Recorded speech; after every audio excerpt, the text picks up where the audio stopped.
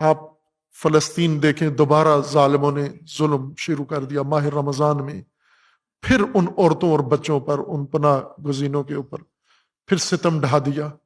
وہ اتنا ظلم ہو رہا ہے زمین کے اوپر، ہم پتھر دل سنگ دل اسی سنگ دلی کے ساتھ اپنے معمولات زندگی گزار رہے ہیں۔ آج شب اللہ تبارک و تعالیٰ کو امیر المومنین کا واسطہ دے کر یہ طلب کرنا ہے کہ خدایا اس قساوت کو ہمارے دلوں سے دور فرما، اس دل کے اندر نرمی پیدا فرما، اس دل کے اندر خشوع پیدا فرما، اس دل کے اندر وہ جو تو نے وعدے دیے ہیں کہ پتھر ٹوٹ جاتے ہیں، نہریں جاری ہو جاتی ہیں، پروردگارا اب تیری ذکر و تیری یاد کی نہریں اس پتھر دل میں جاری فرما دے۔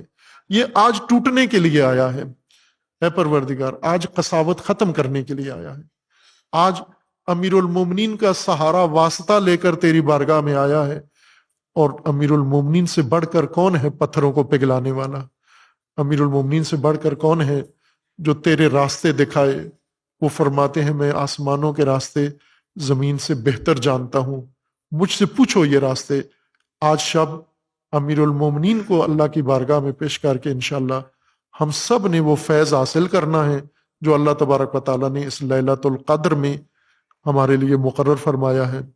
سب کو دعاؤں میں یاد رکھیے، خصوصاً فلسطینیوں کو، خصوصاً مظلومین غزہ کو، خصوصاً مظلومین یمن کو اور مظلومین کشمیر کو۔ انشاءاللہ آج شب اللہ سے ان کی نجات اور ان کا غلبہ اور ان کی کامیابی کی دعا کریں انشاءاللہ۔